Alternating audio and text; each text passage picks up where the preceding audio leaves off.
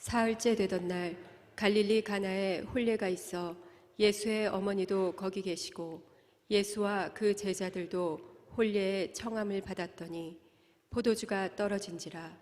예수의 어머니가 예수에게 이르되 저들에게 포도주가 없다 하니 예수께서 이르시되 여자여 나와 무슨 상관이 있나이까? 내 때가 아직 이르지 아니하였나이다. 그의 어머니가 하인들에게 이르되 너희에게 무슨 말씀을 하시든지 그대로 하라 하니라.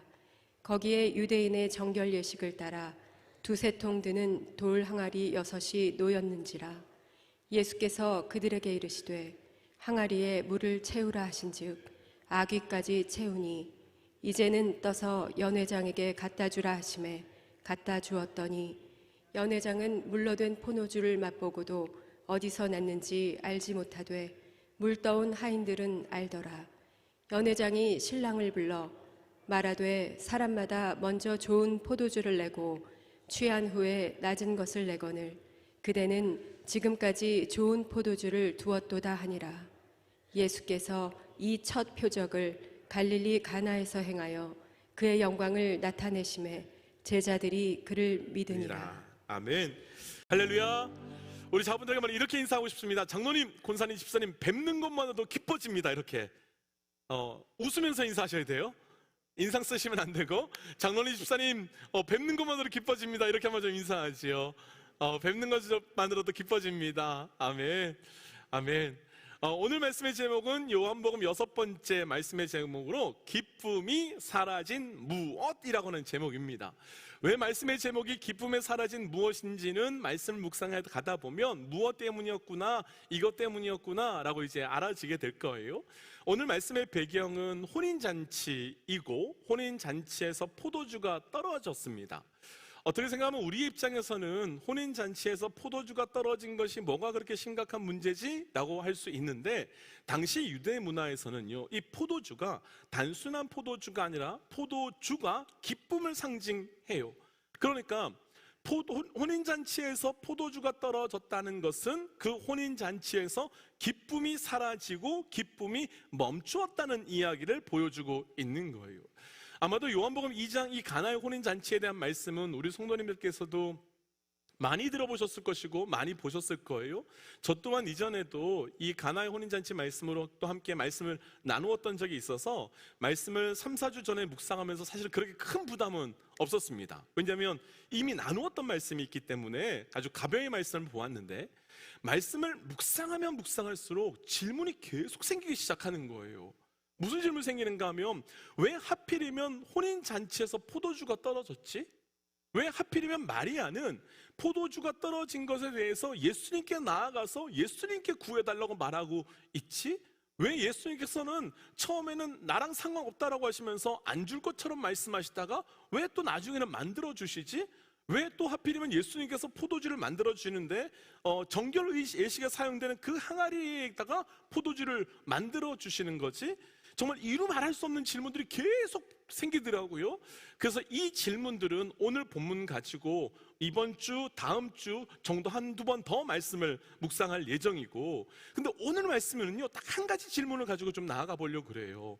그 질문 중에 한 가지 생겼던 질문이 뭐였는가 하면, 성경 갖고 계신 분들 11절 한번 보세요. 11절 말씀에 보면 오늘 말씀에 대해서 뭐라고 되어 있는가 하면 이렇게 되어 있어요. 예수님께서 행하시는 무슨 표적이라? 첫 표적이라고 되어 있어요. 그럼 한번 생각해 보세요.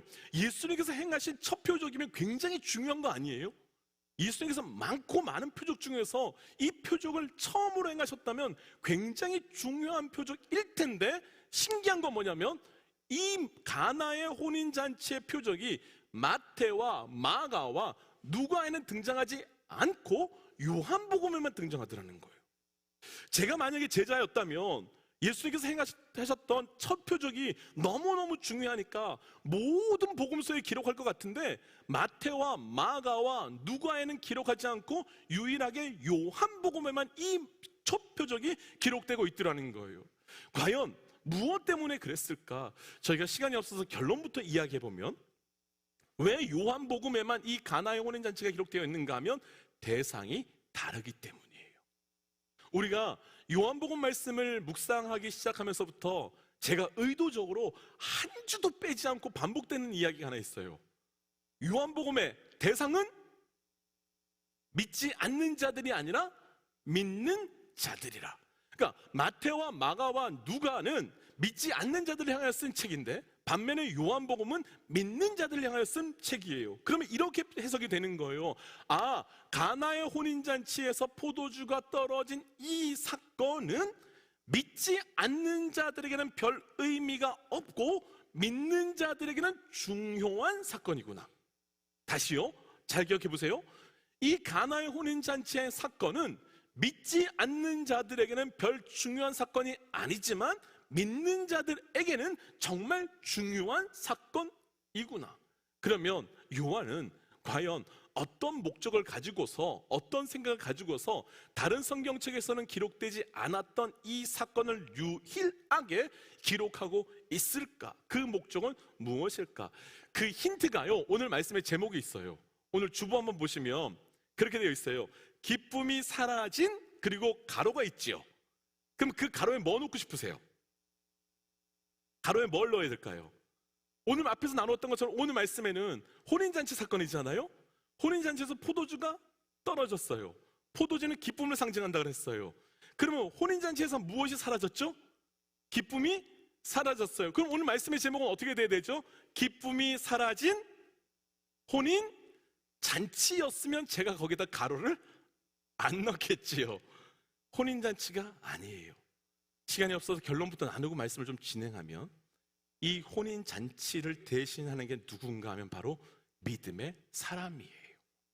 그러니까 기쁨이 사라진 믿음의 사람들에 대한 이야기예요. 이런 거죠. 혼인잔치에서요, 혼인잔치는 당연히 기뻐해야 돼요. 혼인잔치는 당연히 기쁨이 넘쳐야 되는 자리이지요. 근데 혼인잔치에 포도주가 떨어져서 기쁨이 사라졌어요.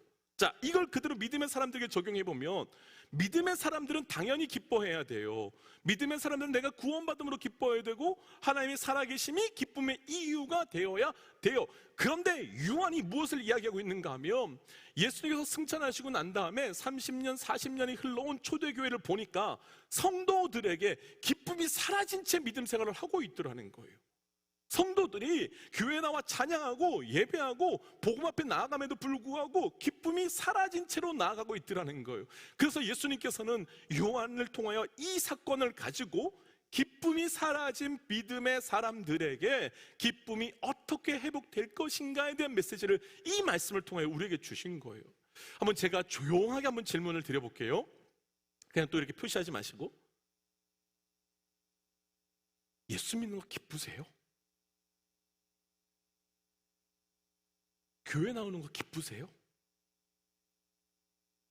자, 우리 권사님 너무 티를 내니까 다른 분들이 기가 죽으니까 그냥 눈만 깜빡여 보세요. 또 아이 그러면 이렇게 눈을 또 감아버리시더라고요. 예수 믿는 거 진짜 기쁘세요? 정말 예배 이 자리에 나오는 거, 주일 이 자리에 나오는 거 기쁘세요? 제가 우리 성도님들과 꽤 오랫동안 신앙생활을 했기 때문에 알지만, 거기에서 아주 당당하게 예라고 대답하기가 참 쉽지 않아요. 오늘은 두 가지 질문을 가지고 좀 집중하려고 해요. 첫 번째, 왜 믿음의 사람들에게 기쁨이 사라졌는가? 왜 믿음의 사람이 믿음으로 인하여 기뻐하지 못하고 있는가? 이 질문이고요. 두 번째 질문은 이거예요. 그러면 믿음의 사람에게 사라진 영적 기쁨이 어떻게 회복될 수 있는가? 이 두 가지 질문만 가지고 오늘은 좀 집중해서 말씀을 보겠습니다. 첫 번째 질문은 이거예요. 믿음의 사람에게 왜 영적 기쁨이 사라졌는가? 먼저 우리 2절과 3절 말씀 함께 좀 읽어보죠. 천천히 읽을까요? 2절과 3절입니다. 함께 읽지요. 시작. 예수와 그 제자들도 혼례의 청함을 받았더니 포도주가 떨어진지라. 예수의 어머니가 예수에게 이르되 저들에게는 포도주가 없다 하니. 아멘. 혼인잔치에 갔는데 포도주가 뚝 떨어졌고 예수의 어머니 마리아가 예수님께 와가지고 포도주를 주세요라고 말해요. 첫 번째 질문에서 저희가 말씀을 풀기 위해서 이쪽 한쪽에다 계속 두고 들어야 되는 말씀이 하나 있는데, 제가 주보에 넣어드리긴 했는데요. 이거예요. 우리가 구하는 포도주가 그 포도주가 아니에요 라는 말이에요. 다시요. 우리가 구하는 포도주가 그 포도주가 아니에요 라는 걸 한쪽에 갖고 오늘 말씀을 따라오셔야 돼요. 조금 전에 말씀드렸던 것처럼 혼인잔치에서 포도주가 떨어졌어요. 그래서 예수님의 어머니가 예수님께 나아가서 포도주를 달라 그래요. 왜 달라 그러죠? 포도주가 있어야 다시 이 혼인잔치가 기뻐지게 되니까. 동의하세요? 다시요. 지금 예수님의 어머니 마리아가 포도주를 달라고 하는 이유는 무엇 때문인가 하면 이 혼인잔치에서 포도주가 다시 채워져야 혼인잔치에서 기뻐할 수 있기 때문이에요. 오늘 말씀에서 이야기되고 있는 이 혼인잔치는 말씀에서 상징하고 있는 게 하나 있는데 그게 뭐냐면 에덴 동산이에요. 하나님께서 사람을 창조하시고 난 다음에 사람들이 에덴에 거하게 하셨죠. 그리고 에덴의 뜻이 뭐냐면 기쁨이란 뜻이에요. 그럼 무엇을 말씀하시는가 하면 하나님께서는 사람을 창조하시고 난 다음에 기쁨으로 살고 기쁨으로 거하도록 우리를 창조하셨다는 거예요. 그런데 아담과 하와가 에덴 동산에 살다가 그 기쁨이 사라졌지요. 그러면 그 기쁨이 사라진 게 왜 사라졌죠? 먹을 게 사라져서 기쁨이 사라졌습니까? 입을 게 사라져서 기쁨이 사라졌습니까? 아니죠. 그 기쁨이 사라졌던 건 무엇 때문인가 하면 아담과 하와 안에 죄가 들어오면서 그 기쁨이 사라졌어요. 그러면 이 질문을 그대로 해본다면 아담과 하와가 에덴 동산 가운데 기쁨이 회복되기 위해서는 먹을 것이 만들어지거나 입을 것이 만들어져야 기쁨이 회복되는 것이 아니라 그 기쁨이 깨어지도록 만들었던 우리 안에 들어온 죄가 해결되어야 다시 기쁨의 자리로 나아갈 수 있게 돼요. 맞나요? 자, 요것도 기억하시고 이제 오늘 말씀으로 다시 들어와 보지요.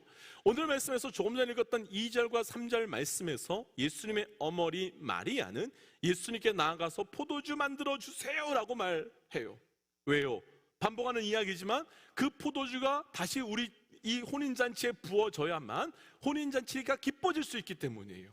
그 포도주가 있어야만 그 포도주 때문에 다시 그 혼인잔치가 즐거워질 수 있기 때문이에요. 그런데 이에 대해서 예수님은 이렇게 반응하세요. 자, 4절 말씀 함께 읽어볼까요? 4절입니다. 같이 한번 읽지요. 시작. 예수께서 이르시되 여자여 나와 무슨 상관이 있나이까 내 때가 아직 이르지 아니하였나이다. 자, 앞부분 보세요. 예수께서 이르실 때 뭐라고 말해요? 나와 무슨 상관이 있어? 라고 말해요. 이 이야기 무슨 얘기입니까? 너가 구하는 거 나랑 무슨 상관이 있어? 나는 안 만들어 줄 거야. 이 이야기죠. 한번 이걸 우리 입장으로 한번 생각해 보자고요. 우리 삶에요, 직장에 진짜 심각한 문제가 생겼어요. 내 자녀의 진짜 어려운 문제가 생겼어요. 내 재정에 진짜 어려운 문제가 생겼어요. 내 관계에 정말 어려운 문제가 생겼어요. 이 문제들을 해결해 보려고 이 사람 저 사람을 찾아가지고 이렇게 저렇게 해결하려고 애써봤는데 아무도 도와주지 않고 해결되지 않아요. 그래서 제가 무엇했는가 하면 금식 기도하기로 작정하고 기도를 시작해요. 하나님 도와주세요, 하나님 도와주세요 라고 기도하는데 하나님이 짠 나타나시더니 저한테 뭐라고 하는가 하면 야, 최 목사, 네가 구하는 게 나랑 무슨 상관 있어? 우와, 이러면 목사 그만둬야죠. 우와, 나하고 상관없다니요. 하나님, 제가 구하고 있는데, 내가 찾고 있는데 이게 해결되어야 내가 숨 쉴 수 있고, 이게 해결이 되어야만 내가 기뻐할 수 있고, 이게 해결되어야만 내가 행복할 수 있는데 하나님, 나랑 무슨 상관이 있냐니요. 저 같았으면요, 제가 예수님의 어머니 마리아였으면 이 마리아를 쫓아내는 게 아니라 예수님 쫓아냈을 거예요. 그런데 4절 말씀을 잘 보면 예수님은 단순하게 나와 무슨 상관이 있느냐에서 끝나지 않으시고 한마디를 더 하세요. 자, 4절 다시 한번 읽어볼까요? 다시 한번 시작. 예수께서 이르시되 여자여 나와 무슨 상관이 있나이까 내 때가 아직 이르지 아니하였나이다. 자, 말씀 잠깐 보세요. 나랑 무슨 상관이 있어요? 나랑 상관 없다라고 말하고 난 다음에 그 다음에 무슨 말씀하시죠? 같이 한번 읽어보죠. 시작. 내 때가 아직 이르지 아니하였나이다. 그럼 이 말씀을 돌려보면 이렇게 할 수 있어요. 그러면 예수님의 때가 되면 우리 포도주 만들어 줄 거예요? 예수님의 때가 되면 우리 포도주 만들어 줄 거예요? 그럼 그 다음 질문은 뭐냐면 예수님의 때가 언젠데요? 예수님의 때가 도대체 언제예요? 그 포도주 언제 만들어 줄 거예요? 이 질문이 우리는 할 수밖에 없어요. 요한복음에는요, 이 때라는 단어가 10번 나오는데 앞으로 우리가 요한복음을 묵상하면서 계속 다룰 텐데요, 때라는 단어가 10번 정도 등장하는데 그 때는 딱 한 가지 때를 상징해요. 무조건 요한복음에서는 때가 나오면 딱 한 가지만 생각하면 돼요. 예수님이 십자가 지시는 때를 상징해요. 진짠가? 저희가 다 찾아볼 수는 없으니까 하나만 좀 찾아볼게요. 요한복음 7장 30절 함께 읽어보지요. 시작. 그들이 예수를 잡고자 하나 손을 대는 자가 없으니 이는 그의 때가 아직 이르지 아니하였음이로라. 자 보세요. 예수를 잡고자 했는데 무슨 때가 되지, 무엇 때문에 못 잡았대요? 그 때가 되지 않았어 예수를 잡을 수 없대요. 무슨 때? 예수님이 십자가 지시는 그 때가 아니었기 때문에 예수님을 잡지 못했대요. 그러니까 그럼 다시 말씀으로 돌아보면 이런 거죠. 나 아무 상관없어. 근데 내 때가 되면 포도주 만들어 줄게. 내 때는 무슨 때야? 내가 십자가 지시는, 내가 십자가 지는 때야. 이 말씀하는 거예요. 아니 그러면 예수님 십자가 지시는 때에 도대체 나에게 만들어준다는 포도주는 뭔데요? 하나만 말씀 더 읽고 정리해 볼게요. 마태복음 26장 27절 28절 시작. 또 잔을 가지사 감사기도 하시고 그들에게 주시며 이르시되 너희가 다 이것을 마시라. 이것은 죄 사함을 얻게 하려고 많은 사람을 위하여 흘리는 바 나의 피 곧 언약의 피니라. 자 보세요. 사람을 위하여 흘리는 바 뭐래요? 그 잔이 나의 피 언약의 피니라. 그러면 정리해 볼게요. 예수님께서 예수님의 때에 만들어 주시겠다고 해서 포도주는 무슨 때라는 거예요? 포도주는 무슨 포도주라는 거예요? 예수 그리스도께서 십자가에 달려 돌아가셔서 나의 죄를 해결해 줄 수 있는 그 십자가의 보혈이 포도주라는 거예요. 자, 여기까지 정리해 볼게요. 여기까지 정리해 볼게요. 왜 예수님께서 이 말씀을 하시는가? 왜 예수님께서 요한을 통하여 믿는 자들을 향하여 이 이야기하는가? 이런 거예요. 우리도 포도주 달라 그래요.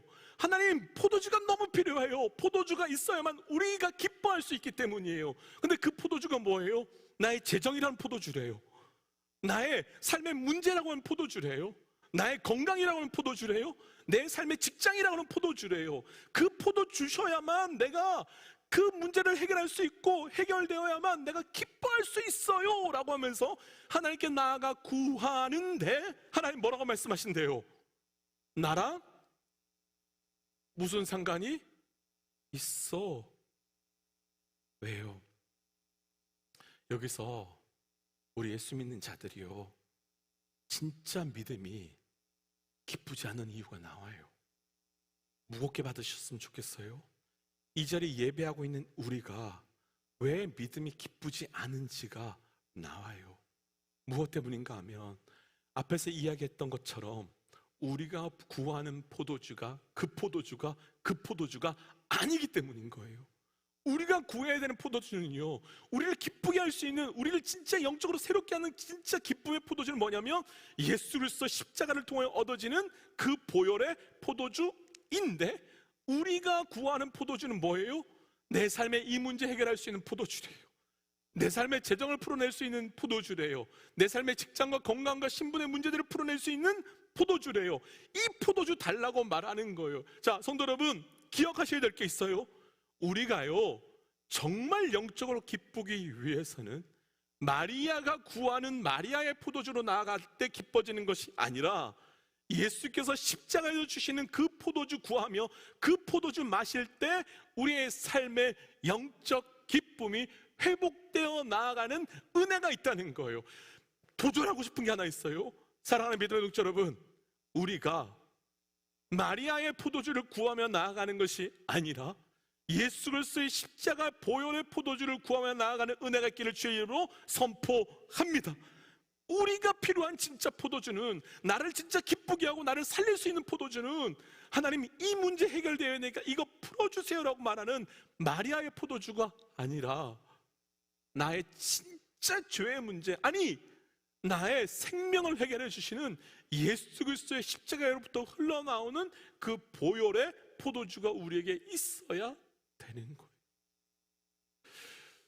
말씀 앞에서 나눴지만 기독교는 기쁨의 종교예요. 그리고 교회는 잔치집이 되어야 되고 성도들은 잔치집에 오는 손님들이 되어야 돼요. 자, 스톱! 움직이지 마세요. 스톱! 그리고 그 상태에서 그대로 얼굴만 돌려서 옆에 분 한 번만 살짝 보세요. 자, 잔치집 온 것 같으세요? 장례식장 온 것 같지 않으세요? 제가 앞에서 보면 나중에 한번 설교시켜 드려볼게요. 그 얼굴이요, 이 앞에서 설교한다는 게 얼마나 장례식장 앞에 있는 것 같아요. 왜일까? 웃고 넘어갈 이야기가 아니라 왜 예수 믿는 자들에게 기쁨이 사라졌을까? 왜 예수 믿으면 당연히 잔치집에 기쁨이 가득한 것처럼 예수 믿으면 당연히 기쁨이 넘쳐야 되는데 왜 예수 믿는 자들의 그 믿음 가운데 기쁨이 사라졌을까?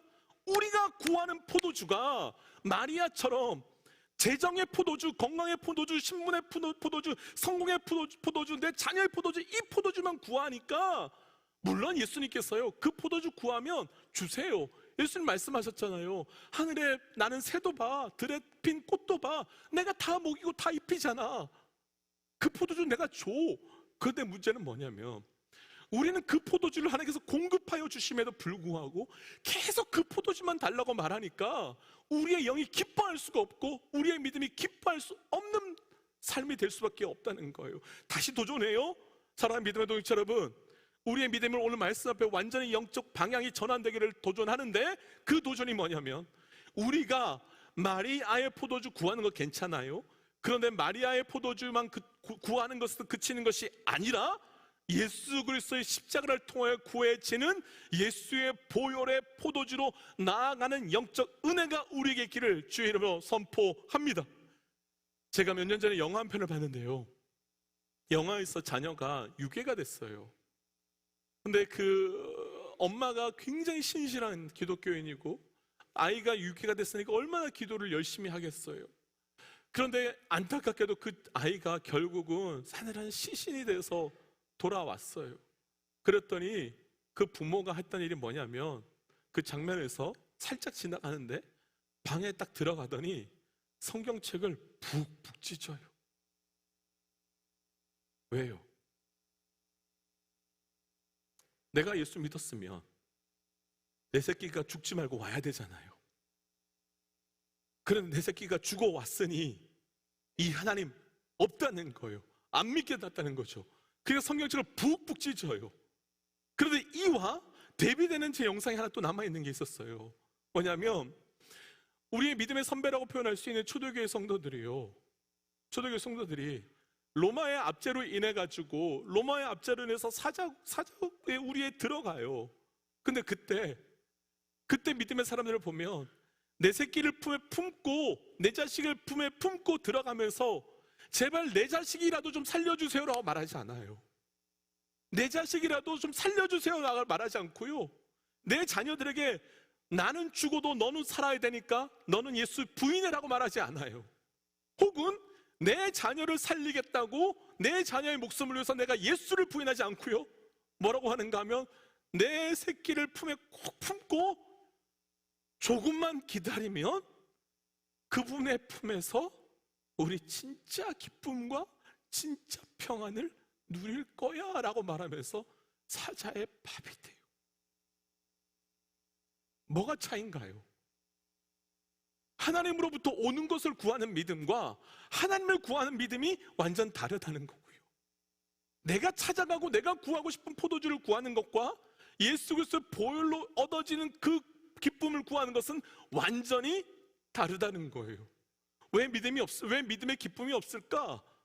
믿음이 기쁘지 않은 게 아니라 믿는 내가 구하는 포도주가 보혈의 포도주, 예수의 포도주를 구하는 게 아니라 마리아의 포도주를 구하고 있기 때문인 거예요. 예일대학교에 신학대학원 대학원 교수인 리엔더 교수라는 사람이 있는데 그 사람이 그런 말을 하더라고요. 이 시대 교회에 기쁨이 사라진 이유는 말씀에서 이야기하는 그 하나님을 믿기보다 우리의 필요를 따라 만들어낸 연약한 하나님을 믿고 있기 때문이다. 다시요, 우리 믿음의 사람들에게 영적 기쁨이 사라진 이유는 말씀에서 이야기한 그 하나님을 믿기보다 나의 필요를 따라 만들어낸 연약한 하나님을 믿고 있기 때문이다. 다시 한번 질문이요. 예수 믿는 거 기쁘세요? 또 하나, 나는 지금 무엇을 구하고 계세요? 무엇을 따라?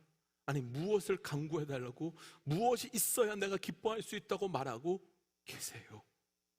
내가 무엇을 갖고 어떤 포도주를 달라고 부르짖고 계신 거예요. 제가 말씀을 준비하기 위해서 이 설교, 다른 분들의 설교도 좀 들어보니까 그런 설교를 하시는 분들이 계셨어요. 하나님께서 포도주 줄 거야. 근데 예수님 원래 달라 그랬는데 안 줬지? 왜 안 준 줄 알아? 간절함이 부족하기 때문이야.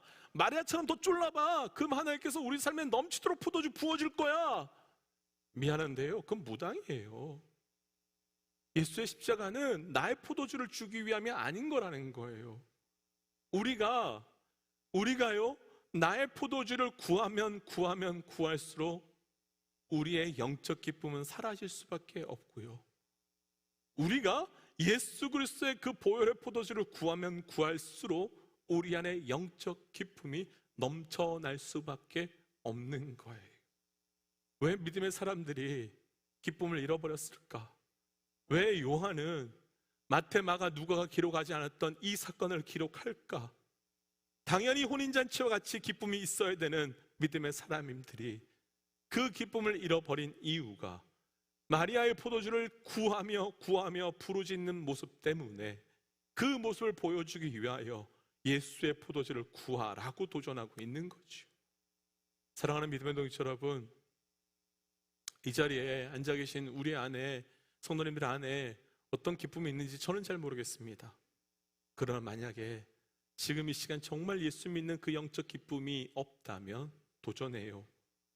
마리아의 포도주를 구하는 것도 좋지만 거기에 반드시 예수 그리스도의 보혈의 포도주로 구하며 나아가는 영적 방향 전환이 우리 모두의 있기를 주의 이름으로 선포합니다. 두 번째, 이제 마지막으로 함께 좀 묵상할 것은 이거예요. 그럼 영적 기쁨을 어떻게 우리가 회복할 수 있는데요? 믿음의 기쁨을 다시 어떻게 회복할 수 있는데요? 사실 저도 그렇지만 우리에게 어떤 문제가 이렇게 하나 생기면 그 문제에 꽉 갇혀버리잖아요. 재정이 부족하면 재정의 문제에 꽉 갇혀버리고, 건강이 좋지 않으면 건강의 문제에 꽉 갇혀버려가지고 정말 하나님 살아계신 건 맞아? 라고 하는 생각부터 시작해서 영적 기쁨이 완전히 사라져가거든요. 근데 오늘 말씀에서는 우리에게 잃어버렸던 믿음의 기쁨이 어떻게 회복될 수 있는가를 보여주세요. 자, 3절부터 4절, 5절을 천천히 함께 좀 말씀을 읽어보지요. 함께 읽어보겠습니다. 3절, 4절, 5절입니다. 함께 읽지요. 시작. 포도주가 떨어진지라 예수의 어머니가 예수에게 이르되 저들에게는 포도주가 없다 하니 예수께서 이르시되 여자여 나와 무슨 상관이 있나이까? 내 때가 아직 이르지 아니하였나이다. 그의 어머니가 하인들에게 이르되 너희에게 무슨 말씀을 하시든지 그대로 하라 하니라. 아멘. 자, 성경 보시면 따라오세요. 3절에 보면 예수님의 어머니 마리아가 예수님께 가서 포도주가 떨어졌어요 라고 말했어요.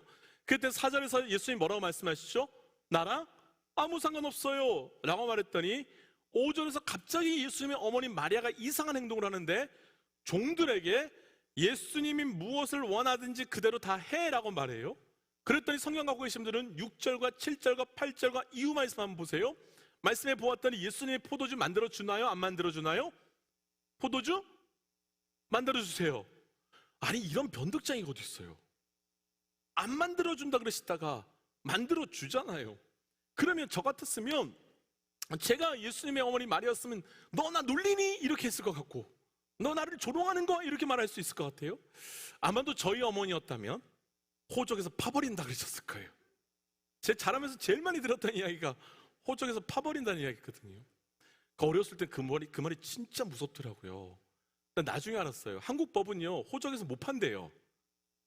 그걸 진작에 알았으면 더 까불었을 텐데 그 말 때문에 얼마나 무서웠는지. 하여튼 오늘 말씀을 들어보면 마리아가 안 만들어줄 것 같아가지고 얘기를 했는데 나와 무슨 상관이 있습니까? 라고 말하는 이야기를 듣고 그 다음에 예수님께서 만들어 가셨다는 거예요. 무슨 이야기일까? 제가 천천히 풀어볼게요. 자, 성경으로 보세요.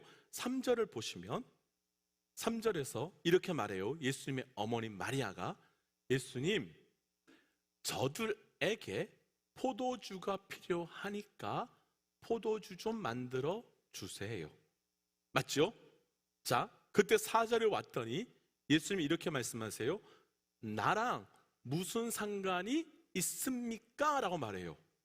그랬더니 5절에 갑자기 이해가 안 되는 행동을 예수님의 어머니 마리아가 뭐라고 말하는가 하면, 종들에게 예수님이 무엇을 말씀하시든지 그대로 행해라고 말해요. 이해되시죠? 혹시 3절과 5절에서 마리아의 변화가 느껴지세요? 3절과 5절에서 마리아의 변화가 느껴지세요? 뭐냐면 3절에서는 마리아가 이렇게 말해요. 예수님, 저들이 우리가 포도주가 필요해요. 누구의 필요를 갖고 나가죠? 우리의 필요를 가지고 예수님께 나아갔어요. 그때 예수님이 너희의 필요가 나와 무슨 상관이 있습니까? 라는 이야기를 듣자마자 예수님이 종들에게 뭐라고 말하는가 하면, 예수님이 무엇을 필요로 하든지 순종해라고 말해요. 무슨 이야기를 하는가 하면, 처음에는 저들과 우리의 필요를 가지고 예수님께 나아가서 해주세요라고 말했는데, 두 번째는 예수님의 필요가 무엇이든지 종들에게 그대로 순종해라고 말하면서 우리의 필요가 예수님의 필요로 바뀌어 나아가더라는 거예요. 3절 처음에서는 우리의 필요를 채워주세요 라고 말했는데, 5절에서 나와 무슨 상관이 있어요? 라고 말했더니 나와 예수님과 상관 있도록 예수님의 필요를 구하도록 나아가더라는 거예요. 자, 결론 짓고 말씀 풀어볼게요. 사랑하는 믿음의 여러분, 우리가요 믿음의 기쁨이 회복되기 위하여, 앞에서 우리가 믿음의 기쁨이 사라진 이유를 보았다면, 우리 가운데 믿음의 기쁨이 회복되기 위하여 우리가 결단해야 될 것이 하나 있는데, 그것은 무엇인가 하면 나의 필요를 따라 구하며 살아가는 것이 아니라 하나님의 필요가 무엇인지를 구하는 믿음 되어야 된다는 거예요. 나의 필요가 아니라 하나님의 필요예요. 구체적으로 제가 적용해 볼게요. 이런 거예요. 돈이 필요해요. 하나님 돈 주세요. 건강이 필요해요. 하나님 건강 주세요. 애기 데리고 가지 마세요. 그냥 애기 두세요. 애기 우는 건 똑같은 거예요. 엄마가 말씀 듣는 게 더 중요해요. 그냥 애기 울어도 돼요. 괜찮죠? 애기 울어도 괜찮죠? 애기 우는 거예요. 애기가 울어야 건강하죠. 울다가 제가 까먹었잖아요. 돈이 필요해요. 그럼 우리 뭐라고 기도하죠? 돈 주세요. 건강이 필요해요. 그럼 뭐 주세요? 건강 주세요. 문이 닫혔어요. 그럼 뭐 열어주세요? 문 열어주세요라고 기도해요. 이건 우리의 필요잖아요. 근데 여기서 하나님의 필요를 묻는 거예요. 하나님, 돈이 필요하게 된 이 상황에서 하나님의 필요는 무엇입니까? 하나님, 건강이 좋아지지 않았는데 건강이 필요한 이때에 하나님의 필요는 무엇입니까? 하나님, 내 문이 닫혔어요. 이 문이 닫혀버린 이때에 하나님의 필요는 무엇입니까? 다른 거예요. 나의 필요를 무조건 구하며 나가는 게 아니라 하나님의 필요가 무엇인지를 묻는 거예요. 하나님, 내 자녀의 길이 막혔어요. 이 길 열어주세요가 아니라 내 자녀의 길이 막힌 이때를 통한 하나님의 필요는 무엇입니까? 달라요. 이번 주에 있었던 일이에요. 이번 주 중에 후배 목사님 한 분이 연락이 와서 진로를 고민하고 있어서 같이 좀 기도를 좀 해달라고 연락이 왔어요.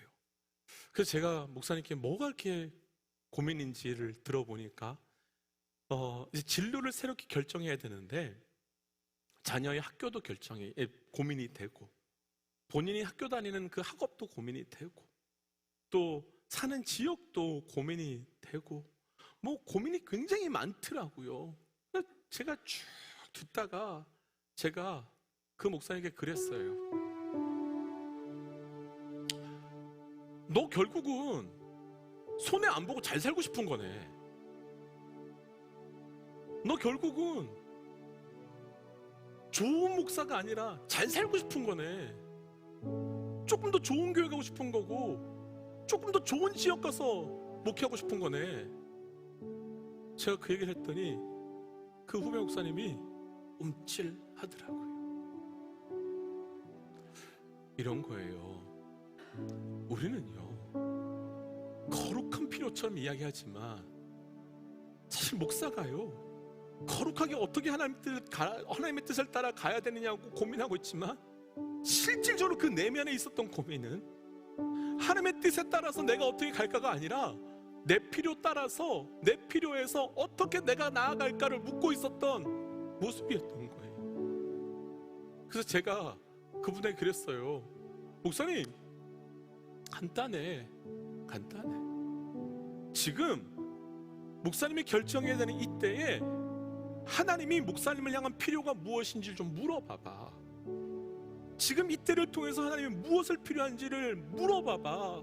그럼 하나님이 무엇이 필요하다고 말씀하실 거고, 무엇이 필요하다고 말씀하시면 그대로 그냥 쭉 가면 돼. 저는 오늘 말씀을요, 한 2, 3주 전부터 묵상을 하면서 제가 이렇게 당당하게 말할 수 있는 이유가 뭐냐면, 2, 3주 전부터 말씀을 묵상하면서 저 안에 스스로 끊임없이 물었던 게 뭐냐면, 하나님의 필요가 뭐예요? 였어요. 하나님의 필요가 뭐예요? 오늘 우리 예배팀 보시면 세션으로 섬겨주시는 집사님들 몇 분이 한국에 가셨어요. 일이 있어서. 그래서 소리가 좀 비었죠?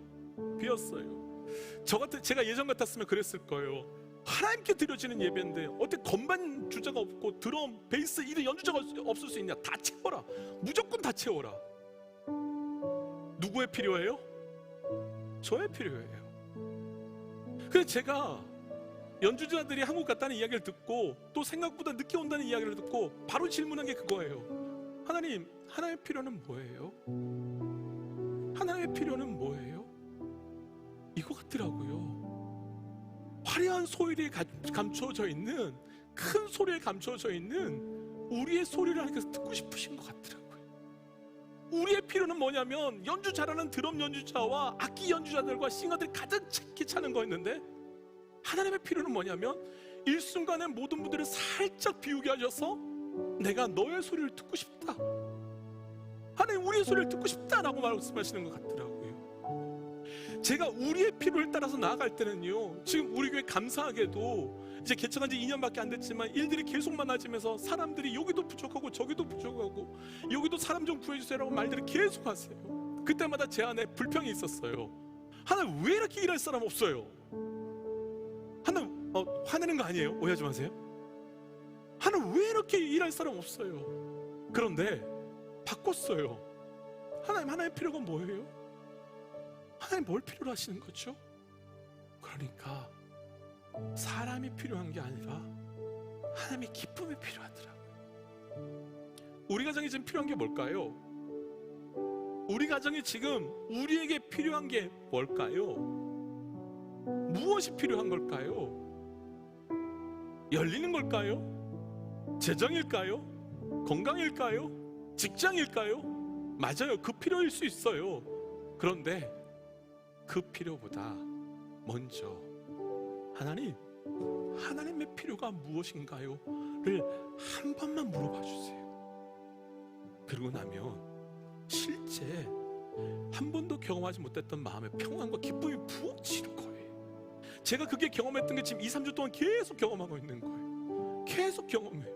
하나님의 필요가 뭐예요? 하나님의 필요가 뭐예요? 하나님의 필요가 뭐예요? 나의 속을 긁어대는 그 사람 보면서도 하나님의 필요가 뭐예요? 사라지는 재정을 보면서도 하나님의 필요가 뭐예요? 감당할 수 없는 문제를 보면서도 하나님의 필요가 무엇이에요? 답답한 사람을 보면서도 하나님의 필요가 뭐예요? 그러니까 불평과 막 쌓여갔던 염려가요, 자유함과 기쁨으로 바뀌어 가더라고요. 말씀 정리할게요. 제가 새벽 예배 때 한번 나누었던 이야기인데, 찬송가 작사가 중에 크로스비라고 하는 사람이 있어요. 이 사람은 태어날 때 의사의 실수로 두 눈이 멀게 됐어요. 선천적으로 눈이 안 보인 게 아니라 의사가 실수해서 눈이 안 보이게 된 사람이에요. 그런데 이 크로스비라고 하는 사람이 8살에 이렇게 고백했어요. 보여주세요. 8살에 이렇게 말해요. 내가 비록 볼 수 없지만 얼마나 행복한 아이인지 모릅니다. 8살에 저는 많은 복을 받았기 때문입니다. 그래서 내가 시각장애인으로 사는 동안 감사하며 살기로 했습니다. 제가 딱 이걸 보자마자 무슨 생각이 들었냐면 8살에 인생을 아직 안 살아봐서 그렇지, 좀 살아봐라. 너가 살면 그 고백에 나오나. 8살 아직 인생이란 게 뭔지 모르니까 감사하며 살기로 말했다는 이야기가 나오겠죠. 그런데 이 크로스비라고 하는 사람이 53살이 됐을 때 이런 고백을 해요. 예수를 나의 구주 삼고 성령과 피로써 거듭나니 이 세상에서 내 영혼이 하늘의 영광 누리도다. 주 안의 기쁨 누림으로 마음의 풍랑이 잔잔하니 세상과 나는 간 곳 없고 구속한 주만 보이도다. 이것이 나의 간증이요 이것이 나의 찬송일세. 나 사는 동안 끊임없이 구주를 찬송하리. 나의 필요를 따라 사는 사람과 하나의 필요를 따라 사는 사람 다르더라고요. 나의 포도주를 구하는 것과 하늘의 포도주를 구하는 것과 완전히 다르더라고요. 이번 주에 말씀 준비하면서 참 많이 회개했어요. 하나님, 나는 지금까지 우리의 포도주를 구하라고 선언한 목사였었거든요. 하나님, 나는 나의 필요를 하나님께서 채워주신다고 말한 목사였거든요. 그러니 우리의 믿음이 기쁠 수 없었던 거죠. 성도 여러분, 사랑하는 믿음의 동역자 여러분, 우리에게 믿음의 기쁨이 충만하시기를 축복합니다. 그러기 위해서 나의 포도주가 아닌 예수의 포도주를 구하십시오. 그러기 위해서 나의 필요가 아닌 하늘의 필요를 순간순간 물어 구하심을 통하여 하늘의 영적 믿음의 기쁨이 우리 가운데 부어지시기를 축복합니다.